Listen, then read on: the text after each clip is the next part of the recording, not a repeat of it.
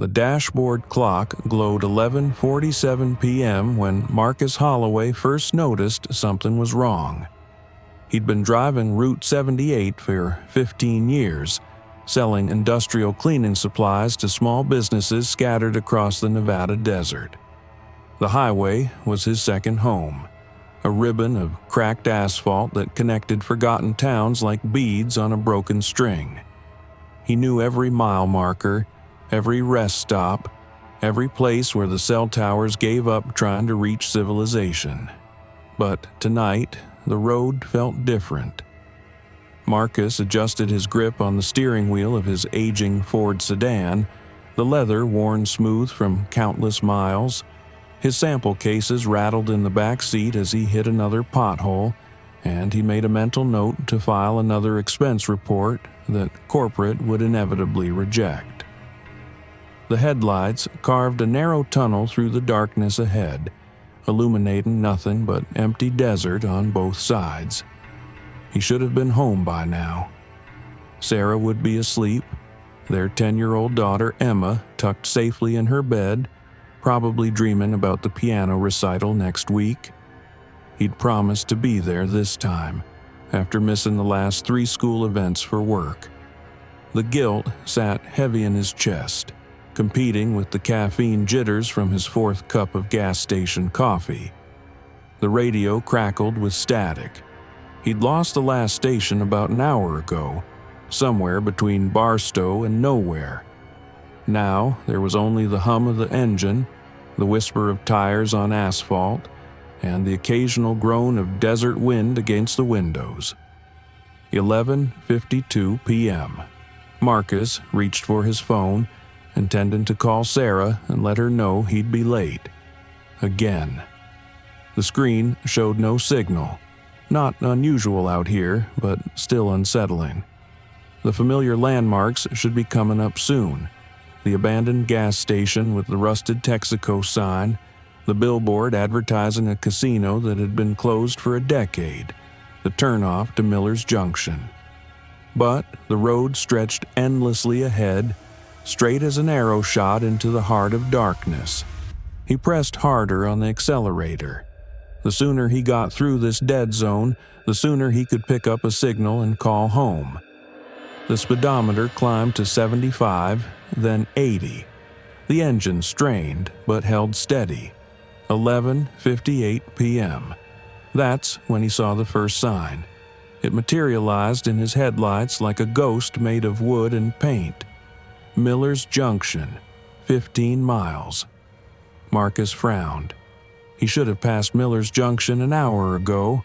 He'd stopped there for gas and a stale sandwich around 10 p.m., chatted with the elderly clerk about the weather, the usual small talk that filled the spaces between silence. Maybe he'd gotten turned around somehow. It was possible. Fatigue played tricks on the mind, especially on these long drives. He'd heard stories from other salesmen about falling asleep at the wheel, waking up miles from where they remembered being. But Marcus felt alert, wired on caffeine and the low-grade anxiety that came with being behind schedule. The sign disappeared in his rearview mirror, swallowed by darkness. Midnight. The clock's digital display seemed brighter now, pulsing like a heartbeat. Marcus tried the radio again, spinning the dial through static-filled frequencies. For a moment, he thought he caught something.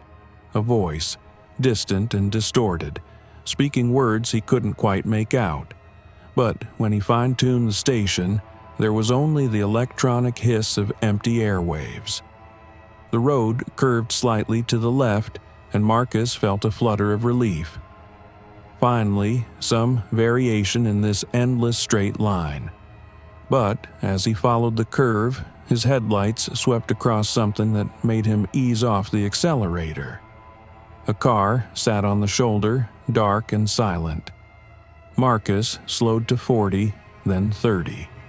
As he drew closer, details emerged from the shadows. It was an older model sedan, maybe late 90s, with rust spots blooming along the wheel wells. The driver's side door hung open, Interior light dead. No hazard lights, no flares, no sign of the driver. He pulled alongside and rolled down his passenger window. "Hello?" he called out. "You need help?" His voice seemed to die in the desert air, absorbed by the vast emptiness. The abandoned car sat there like a discarded toy, offering no explanation for its presence or its owner's absence. Marcus felt his pulse quicken. Someone could be hurt, wandering lost in the desert, or worse. He should stop, check the vehicle, maybe call for help when he got back in range. But something about the scene felt wrong, staged somehow, like a trap waiting to be sprung. He accelerated past the car, telling himself he'd call the highway patrol when he reached the next town. In his rearview mirror, the abandoned vehicle grew smaller, until it was just another shadow in the darkness behind him. 12:07 a.m. The second sign appeared 10 minutes later. Miller's Junction, 15 miles.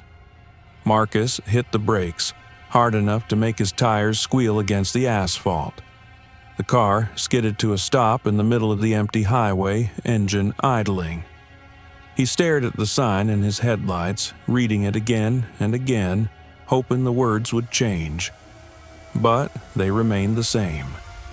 15 miles to Miller's Junction, the exact same distance as the first sign, the one he'd passed 10 minutes and probably 8 miles ago. "What the hell?" he whispered. He fumbled for his phone, knowing it was useless but needing to try anyway. Still no signal. The GPS showed his location as a gray void. No roads, no landmarks, no indication that civilization had ever existed here. Marcus took a deep breath, trying to rationalize what he was seeing.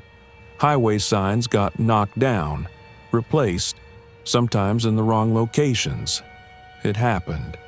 Or maybe there were two Miller's Junctions, an old town and a new one.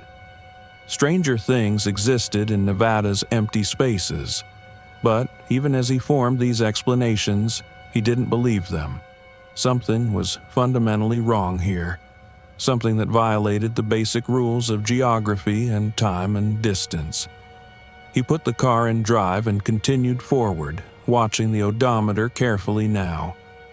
After exactly 2.7 miles, his headlights found another car on the shoulder.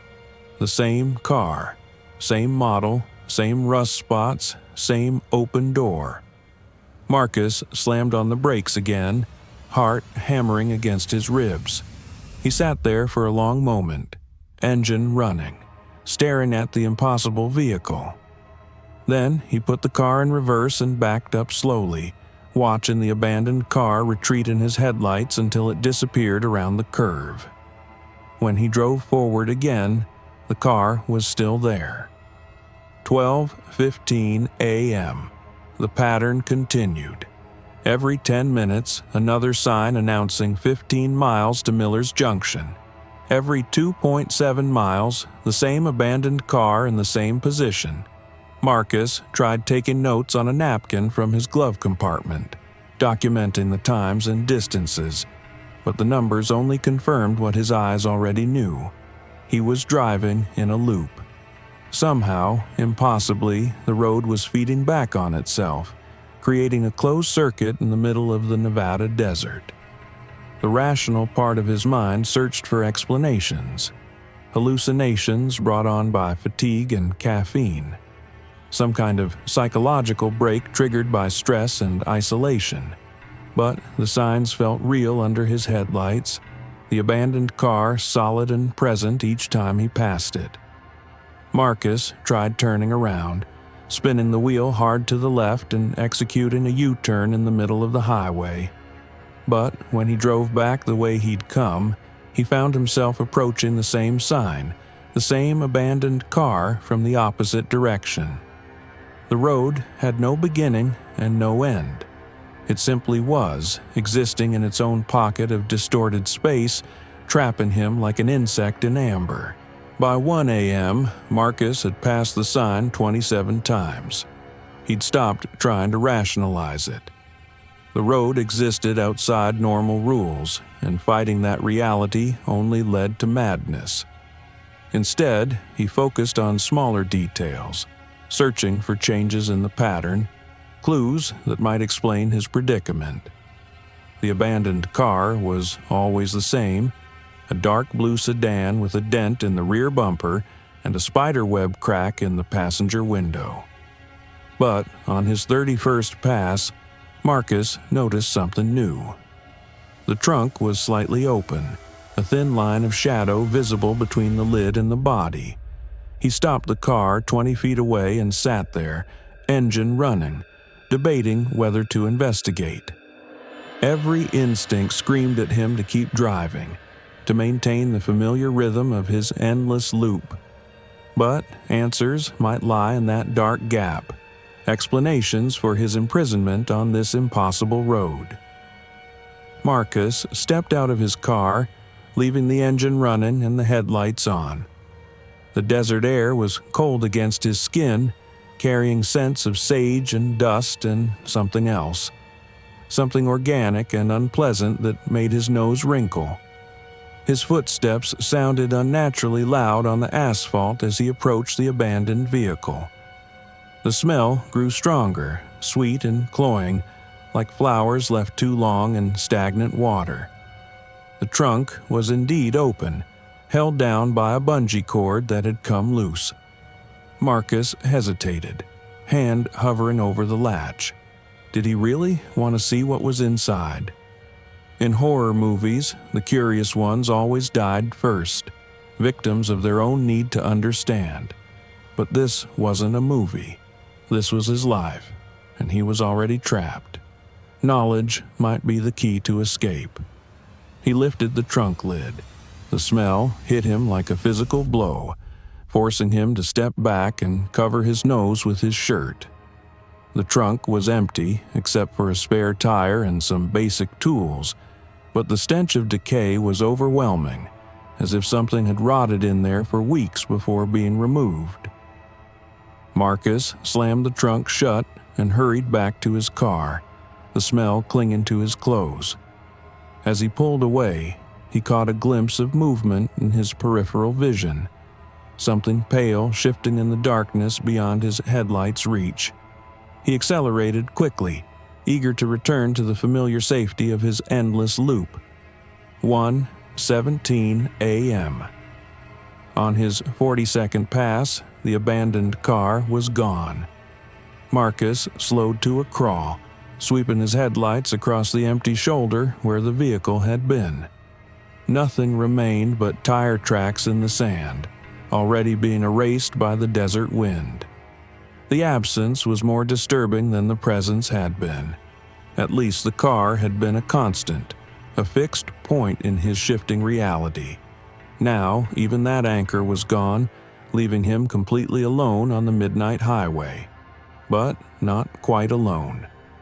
In his rearview mirror, Marcus saw headlights. They were distant, maybe half a mile back, but definitely there.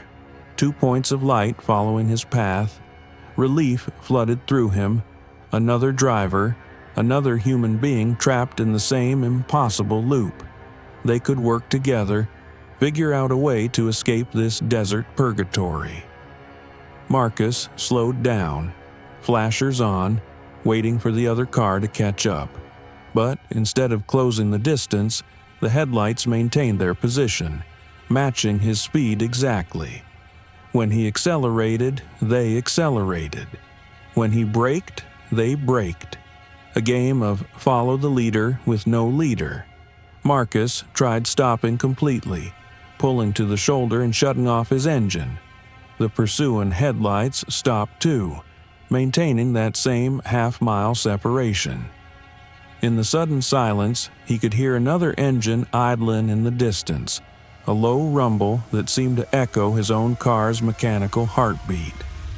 He got out and walked toward the rear of his vehicle, trying to get a better look at his pursuer. But the headlights were too bright, creating a wall of glare that hid the vehicle behind them. He couldn't make out the model or color, couldn't see if there was actually a driver at all. "Hey!" Marcus shouted into the darkness. "Can you hear me?" His voice carried across the desert, but there was no response. The headlights sat there like glowing eyes, patient and unblinking. Marcus got back in his car and resumed driving. The headlights followed, maintaining their constant distance like a faithful shadow. 1:33 a.m. The radio crackled to life. Marcus nearly swerved off the road in surprise, so accustomed had he become to the static silence. A voice emerged from the speakers, distant and distorted but unmistakably human. "Anyone out there? I'm stuck on Route 78, somewhere past Barstow. My car broke down and I can't..." The transmission cut out, leaving only electronic hiss. Marcus grabbed the radio, spinning the dial frantically, trying to recapture the signal. For a moment, there was nothing. Then the voice returned, clearer now. "Been walking for hours. Keep seeing the same signs, the same landmarks. Something's wrong with this road. Something's..." Static swallowed the words again. Marcus keyed the radio, though he doubted it could transmit. "Hello? Can you hear me? I'm trapped too, driving in circles. Where are you?" No response. The voice continued its one-sided broadcast, sometimes clear, sometimes fading into unintelligible whispers. The speaker sounded young, male, increasingly desperate as he described his situation. "Tried to call for help, but there's no signal. Found a car on the side of the road, thought maybe someone else was stranded, but it was empty. Trunk smelled like death. God, what is this place?" Marcus felt a chill that had nothing to do with the desert air. The young man was describing the same experiences, the same impossible geography. How many others were trapped here? How many drivers had taken a wrong turn and found themselves prisoners of the midnight highway? The transmission continued for another hour, the voice growing weaker and more frightened. The man spoke of seeing things in the darkness beyond the road, shapes that moved just outside the range of vision. He talked about the cold, about being lost, about wanting to go home to his girlfriend and his dog and his normal life. And then, abruptly, the voice changed. "He's here," it whispered, barely audible through the static. "Oh God, he's here. I can see him now. He's..." The scream that followed made Marcus jerk the wheel, sending his car into the opposite lane before he could correct course. It was a sound of pure terror, rising and falling like a siren, filled with such anguish that Marcus felt tears spring to his eyes. The scream cut off mid-note, leaving the silence more profound than static. Marcus tried the radio again, calling out to the darkness, begging for some response, but the airwaves remained empty, offering no explanation for what he'd heard. 2:15 a.m. The headlights behind him were closer now. Marcus hadn't noticed them gaining ground, but they were definitely nearer, maybe a quarter mile back instead of half. As he watched in his rearview mirror, they seemed to pulse, growing brighter and dimmer in a steady rhythm like a heartbeat. He pressed harder on the accelerator, but the speedometer was already showing 85, close to his car's practical limit on the desert highway. The engine strained, transmission whining, but the headlights maintained their relative position. No, that wasn't right. They were still closing the gap, creeping forward with inexorable patience. Marcus tried a different approach, hitting the brakes and slowing to 40 miles per hour. The pursuing lights should overshoot, forced to pass him or reveal their intentions. But instead, they matched his deceleration perfectly, maintaining that shrinking but constant distance. It was then that Marcus realized the horrible truth. The headlights weren't following him at all. They were part of the loop, Just as the sign and the abandoned car had been fixed points in his circular prison, the headlights were another constant, another element of the impossible geography. But unlike the static landmarks, these were mobile, programmed to maintain a specific relationship to his position, which meant whatever was controlling this place was adapting to his presence, refining the parameters of his confinement. 2:28 a.m. Marcus saw the hitchhiker on his 67th pass through the loop. She stood beside the road in the exact spot where the abandoned car usually appeared, thumb extended, backpack slung over one shoulder. Young, maybe early 20s, with long dark hair and clothes that belonged to another decade. Bell-bottom jeans, peasant blouse, leather jacket with fringe.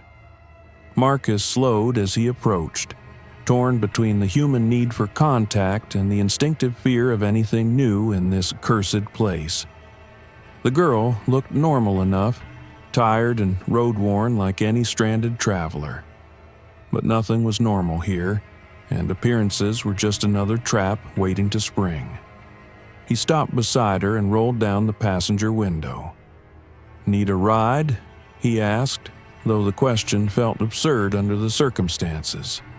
She smiled, revealing perfect white teeth. "That would be wonderful. I've been waiting so long." Her voice was pleasant, unremarkable, with just a hint of some regional accent Marcus couldn't place. She opened the door and climbed into the passenger seat, settling her backpack on the floor between her legs. "I'm Marcus," he said, trying to maintain some semblance of normalcy. "Jenny," she replied, buckling her seatbelt. "Thanks for stopping. Most people just drive right past these days." Marcus pulled back onto the highway, hyper-aware of his passenger's presence. She smelled of patchouli and cigarettes, scents that seemed oddly nostalgic, like artifacts from a different era. When he glanced at her in the dashboard light, her profile looked younger than her voice suggested, almost childlike. "Where are you headed?" he asked. "Oh, anywhere really. I'm not in any hurry." Jenny gazed out the windshield at the road ahead. "Been traveling for a while now. You lose track of time out here, you know. Days and nights just blend together." "Tell me about it," Marcus muttered. "How long have you been stuck on this road?" Jenny turned to look at him, and in the green glow of the dashboard, her eyes seemed very large and very dark. "Stuck?" she asked. "What makes you think I'm stuck?" Marcus felt the first whisper of real fear. The loop, the signs that never change, the way the road feeds back on itself. You must have noticed. "I've noticed lots of things," Jenny said softly. "The question is, what have you noticed?"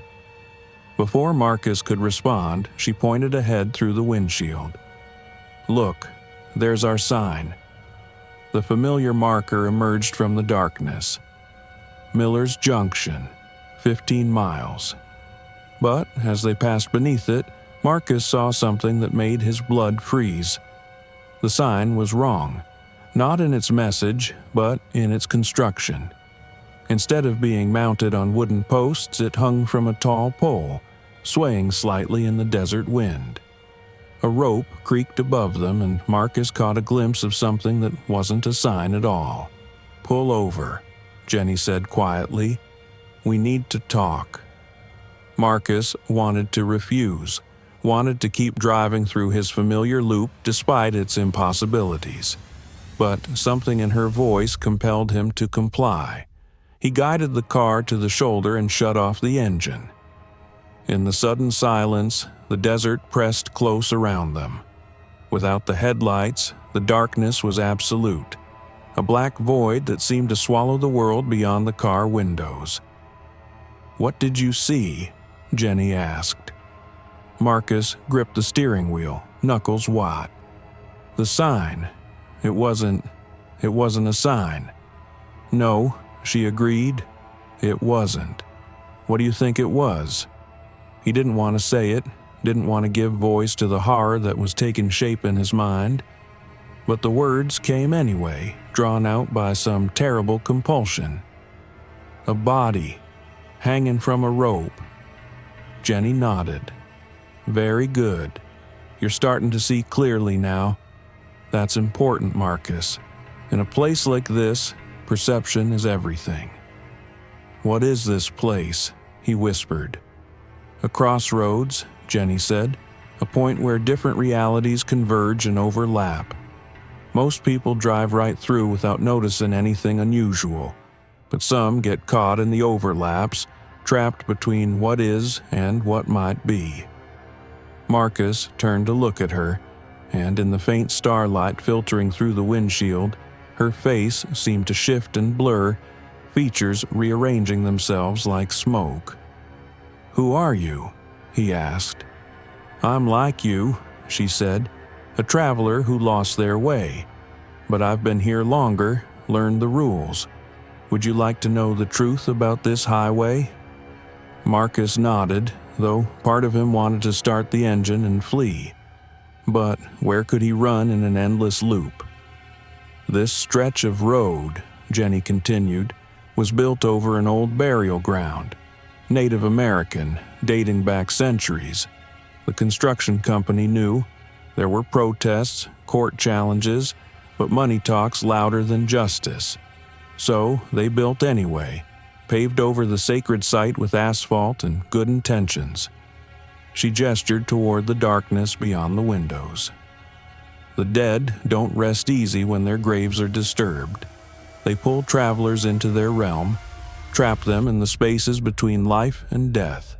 Some become lost forever. Others, Marcus prompted. Jenny smiled, and her teeth seemed sharper than before. Others learn to adapt. They become part of the road itself, helping to maintain the illusion, guiding new arrivals through the process of acceptance. "The radio broadcast," Marcus said, understanding flooding through him. "That young man calling for help, he was trapped here too." "Was," Jenny confirmed. "Past tense. He fought the truth too long, refused to accept his new reality. Eventually, the road claimed him completely." She paused, studying Marcus's face. "The question now is, what will you choose?" Marcus felt the walls of his sanity closing in. "This isn't real. None of this is real. I'm having a breakdown, hallucinating from exhaustion and stress." "Reality is subjective here," Jenny said gently. "What matters isn't what's real, but what you believe. And deep down, you already know the truth." She was right. Despite his protests, despite his desperate need for rational explanations, Marcus knew that something fundamental had shifted in his world. He was no longer the same man who had started this journey, no longer bound by the same rules that governed normal existence.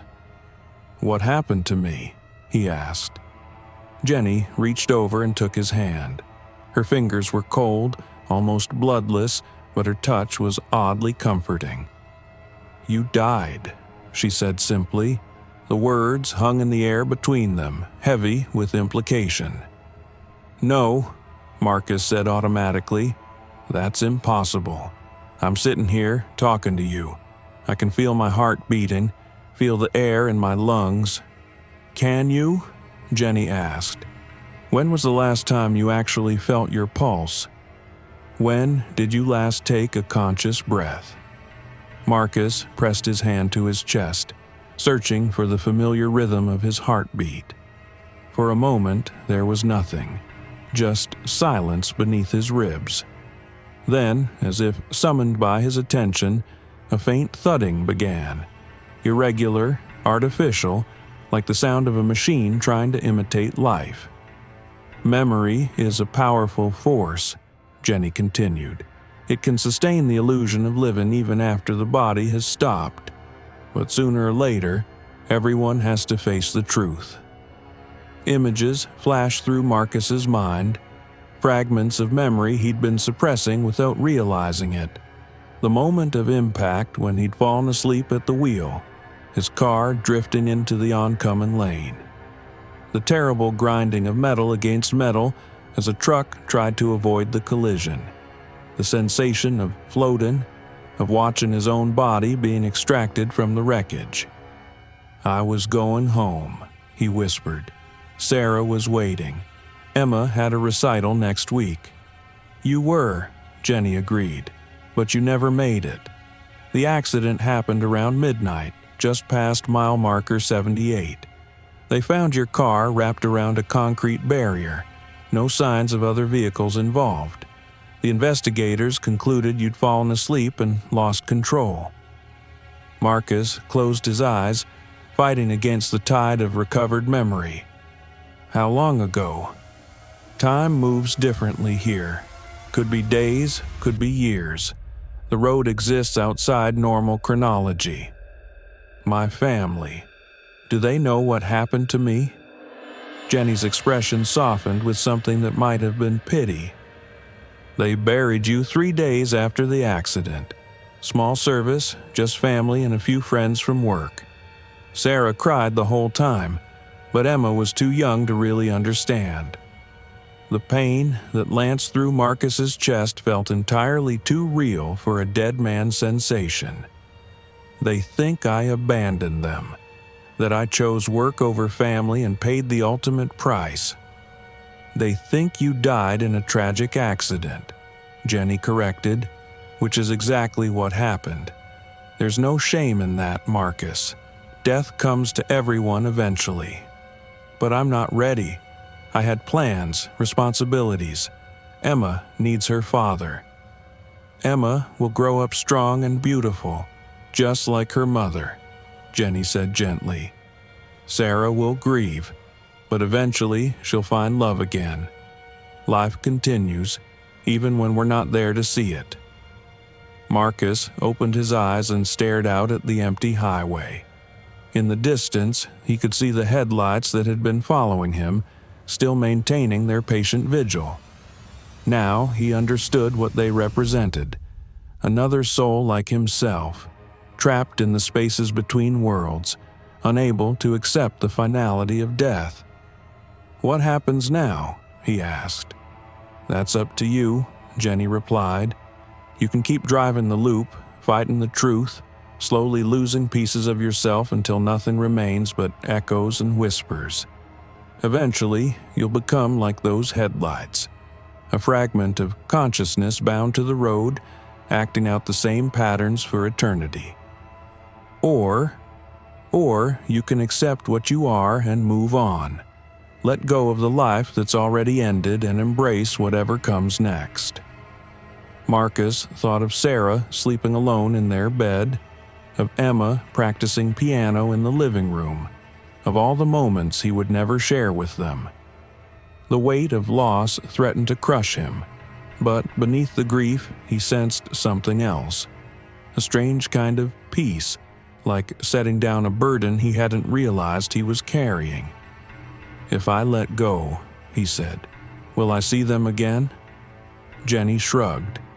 "Nobody knows what comes after. Maybe you'll find them waiting for you. Maybe you'll be reborn into a new life. Maybe you'll simply cease to exist. But staying here, clinging to what's already gone, that's not living, and it's not dying. It's just existing in the spaces between." Marcus sat in silence for a long time, wrestling with the most important decision he would ever make. Around them, the desert waited with infinite patience, indifferent to human suffering and human choice. Finally, he reached for the door handle. "Where are you going?" Jenny asked.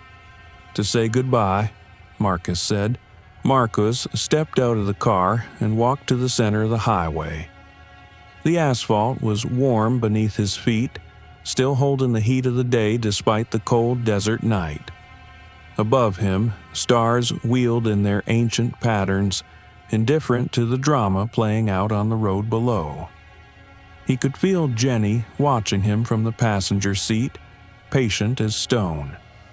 The headlights in the distance pulsed their steady rhythm, another lost soul acting out its eternal performance. "Sarah," Marcus said to the empty air, "I'm sorry I never made it home. I'm sorry I chose work over family so many times. I know you'll be strong, stronger than I ever was. Take care of Emma for me. Help her remember that her father loved her, even if he wasn't always there to show it." His words were swallowed by the vastness of the desert, but somehow he felt they'd been heard. A warm breeze stirred the sagebrush, carrying scents of home. Sarah's perfume, Emma's shampoo, the coffee cake his wife made on Sunday mornings. "Emma, baby," he continued, tears streaming down his face, "practice your piano.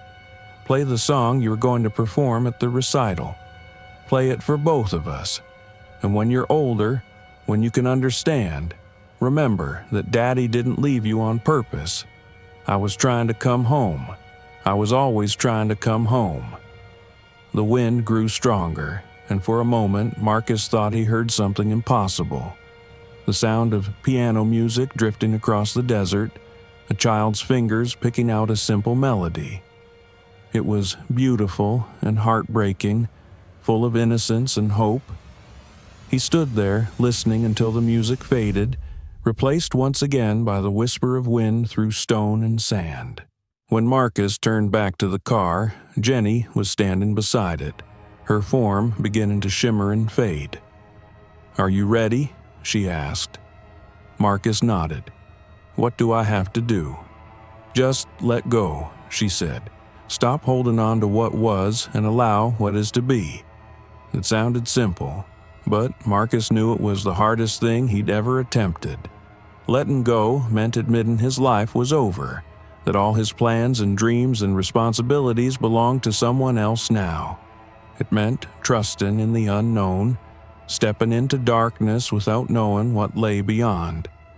But as he stood there in the middle of the impossible highway, surrounded by the evidence of his own death, Marcus realized he'd already made the choice.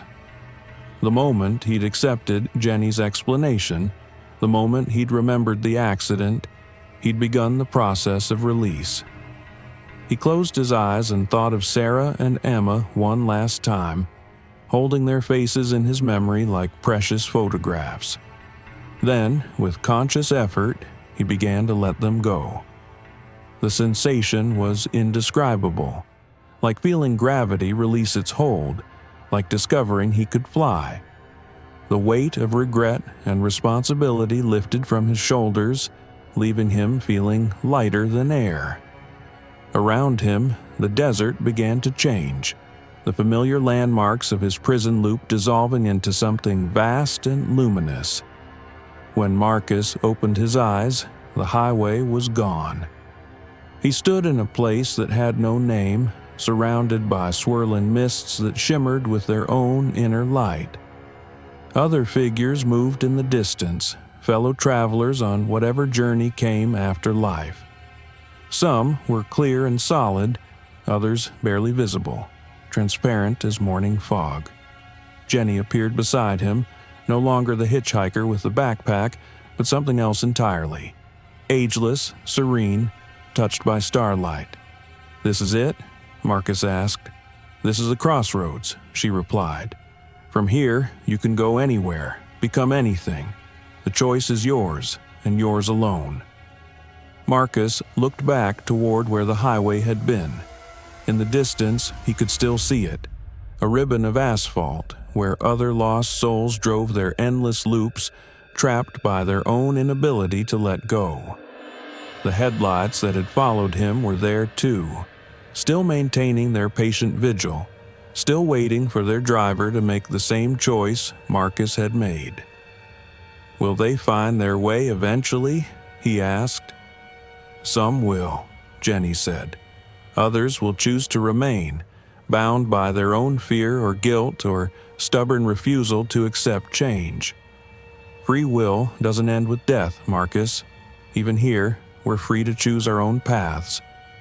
Marcus felt a pull then, gentle but insistent, drawing him toward the shifting mists. Somewhere in that luminous fog lay whatever came next: reunion or rebirth, paradise or oblivion. The uncertainty no longer frightened him. After years of following predetermined routes, selling products to reluctant customers, living by schedules and quotas and the demands of others, the freedom to choose his own destination felt like the greatest gift imaginable. He took a step forward, then another. With each movement, the earthly concerns that had defined him fell away. The worry about mortgage payments, the guilt over missed recitals, the fear of failure and judgment. He was becoming something new, something untethered from the weight of physical existence. "Thank you," he said to Jenny, but when he turned to look for her, she was already gone. Marcus smiled and walked into the light. The abandoned car sat on the shoulder of Route 78, rust spots blooming along its wheel wells like flowers of decay. Its driver's side door hung open, interior light dead, offering no explanation for its presence or its owner's absence. Detective Sarah Chen crouched beside the vehicle, photographing the scene with methodical precision. It was the third car they'd found in the past month, all abandoned on the same stretch of highway, all with the same mysterious circumstances. No signs of struggle, no indication of foul play, just empty vehicles left behind like shed skins. "Anything?" her partner asked, walking over from the CSI van. Sarah shook her head. Same as the others. No personal belongings, no indication where the driver went. It's like they just vanished. "Weird stretch of road," Detective Martinez observed. "Maybe something about the geography makes people disoriented. Desert can play tricks on the mind." Sarah nodded, though something about the explanation felt incomplete. She'd driven Route 78 dozens of times, investigating accidents and abandoned vehicles, but she'd never experienced anything unusual herself. Yet the reports kept coming. Drivers who claimed to see the same landmarks repeatedly, who insisted the road was somehow different at night. She photographed the interior of the car, noting the coffee-stained cup holder, the sample cases in the back seat, the family photo taped to the dashboard. A man with kind eyes and a tired smile stood with his arm around a blonde woman, both of them beaming down at a young girl with pigtails. Marcus Holloway, according to the registration, reported missing by his wife 3 days ago when he failed to return from a business trip. His cell phone had been found in the car, along with his wallet and keys. Everything except the man himself. Sarah stood and surveyed the empty highway stretching in both directions. During the day, it looked perfectly normal, just another desert road connecting small towns and truck stops. But at night, things were different. She'd heard the reports from other officers, dismissed them as fatigue-induced hallucinations or stress-related breakdowns, but now, faced with the third identical abandonment in 4 weeks, she was beginning to wonder if there might be truth in the stories. A sound made her turn, the distant rumble of an engine approaching from the west. As she watched, headlights appeared in the gathering dusk, moving at high speed down the empty highway. The car flashed past without slowing, but not before Sarah caught a glimpse of the driver, a middle-aged man with desperate eyes, hands gripping the steering wheel like a lifeline. Something about his expression sent a chill down Sarah's spine, a look of recognition and terror that spoke of impossible things. She watched the taillights disappear around the curve ahead, then checked her watch. 7:43 p.m. Still plenty of daylight left, but the desert had a way of swallowing the sun quickly once it touched the horizon. "We should head back," Martinez said, loading the last of the evidence bags into their vehicle. "Nothing more to see here." But Sarah lingered, staring down the empty highway where the speeding car had vanished. Something nagged at her, a detail that didn't quite fit. She'd seen the driver clearly in the brief moment as he passed, but there had been something wrong with the image, something that her rational mind struggled to process. The car had been a late-model sedan, dark blue with a dent in the rear bumper and a spiderweb crack in the passenger window. The exact same description as the abandoned vehicle sitting 20 feet away. Sarah shook her head, telling herself it was just coincidence. There were thousands of similar cars on the road and damage patterns often looked alike. But as she walked back to the patrol car, she couldn't shake the feeling that she'd witnessed something impossible. Behind them, the sun touched the western horizon and began its rapid descent into night. The temperature dropped 10 degrees in as many minutes, and the first stars appeared in the darkening sky. Route 78 stretched empty and silent in both directions, waiting for the next traveler to lose their way. The dashboard clock read 11:47 p.m. when James Morrison first noticed something was wrong. He'd been driving for hours, making his way back to Phoenix after a job interview in Los Angeles that had gone nowhere. Another dead end in a career full of them. Another chance to explain to his ex-wife why the alimony check would be late again. The radio had been playing classic rock, but now there was only static. His phone showed no signal, not unusual in this part of the desert, but still unsettling. He reached for his coffee cup and found it empty, though he could have sworn he'd filled it at the last gas station. Ahead, his headlights picked out a sign emerging from the darkness. Miller's Junction, 15 miles. James frowned. He'd passed through Miller's Junction hours ago, stopped for gas and directions from a clerk who'd looked at him with oddly knowing eyes. The old man had smiled when James asked about the fastest route to Phoenix, pointing toward Route 78 with a gnarled finger. "Take the Midnight Highway," he'd said. "It'll get you where you're going." Now, somehow, James was heading back toward the same town. He must have gotten turned around, taken a wrong exit in the dark. It happened to the best of drivers, especially when fatigue set in. He pressed harder on the accelerator, eager to find a place to stop and get his bearings. The speedometer climbed to 70, then 80. The engine strained but held steady.